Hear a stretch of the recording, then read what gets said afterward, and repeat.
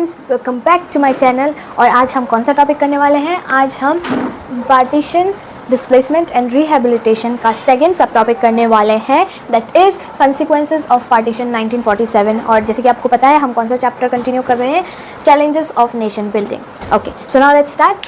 The year 1947 was one of the most abrupt, unplanned and tragic transfers of population in human history।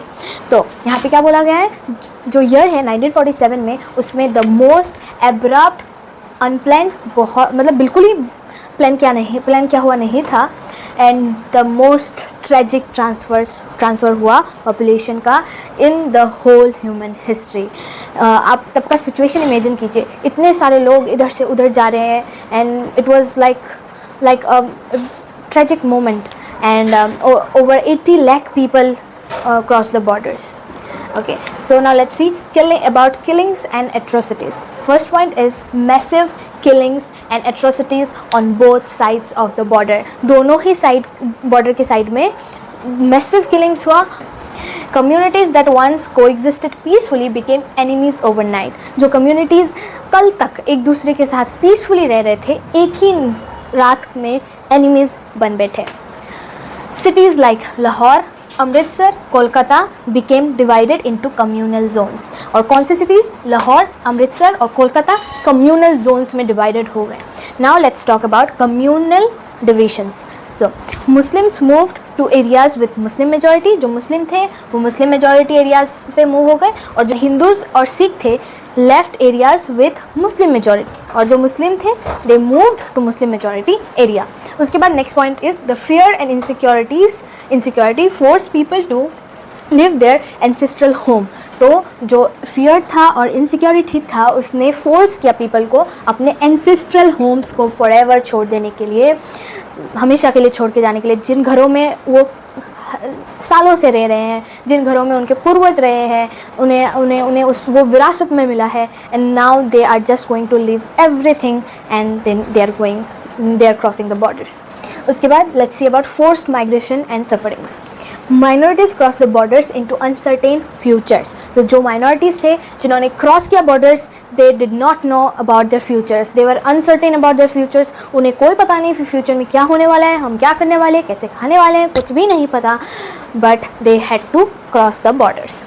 Next point is many took shelter in refugee camps, often receiving little support. तो कुछ लोगों ने क्या किया, refugee camps में shelter लिया और उन्होंने थोड़ा सा हेल्प सपोर्ट भी रिसीव किया। वुमेन वेर अबडक्टेड, किल्ड और फोर्स्ड इनटू मैरिजेस। तो बहुत सारे वुमेन को मार दिया गया, बहुत सारे वुमेन्स को फोर्स किया गया शादी करने के लिए। Many children were separated from their parents. बहुत सारे बच्चे अपने पेरेंट्स से सेपरेटेड हो गए, वो अपने माता पिता से बिछड़ गए। नेक्स्ट हम पढ़ते हैं रेफ्यूजीज रियलिटी के बारे में। The first point is the partition force about 80 lakh people to migrate across the new borders। मैंने आपको बताया है कि over 80 lakh people had to migrate, उनको migrate करना पड़ा across the new borders। उसके बाद between 5 to 10 lakh people were killed due to partition violence। partition violence की वजह से, जैसे कि हमें पता है, हमने पहले भी पढ़ा है कि 10 लाख लोग मारे गए। Partition was not only a division of land and asset। partition सिर्फ land और assets, अपना ज़मीन और अपना चीज़ें, अपनी सारी चीज़ों का बंटवारा नहीं था, बल्कि ये डिवीजन ऑफ हार्ट्स भी था। It was also a division of hearts.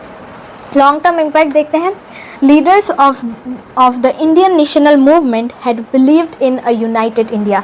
जो लीडर्स थे इंडियन नेशनल मूवमेंट के, वो हमेशा से ही यूनिटी में बिलीव करते थे और अंत तक वो उसी पर डटे रहे, and they believed in national unity. उसके बाद जो पार्टीशन था created deep mistrust between communities and left long lasting wounds। तो जो पार्टीशन था उसने बहुत अच्छी तरीके से मिसट्रस्ट बनाया कम्युनिटीज़ के बीच में, और बहुत गहरे ज़ख्म देके गए हैं लाइफ लॉन्ग के लिए, जो हम कभी नहीं भूल सकते। So this was it for this topic. और नेक्स्ट वीडियो में आपका नेक्स्ट टॉपिक आने वाला है, that is Mahatma Gandhi sacrifice, और उस पर हम जानेंगे कि महात्मा गांधी का क्या क्या सेक्रीफाइसेस था। और थैंक यू। हमेशा सुखी रहिए, स्वस्थ रहिए। Bye bye.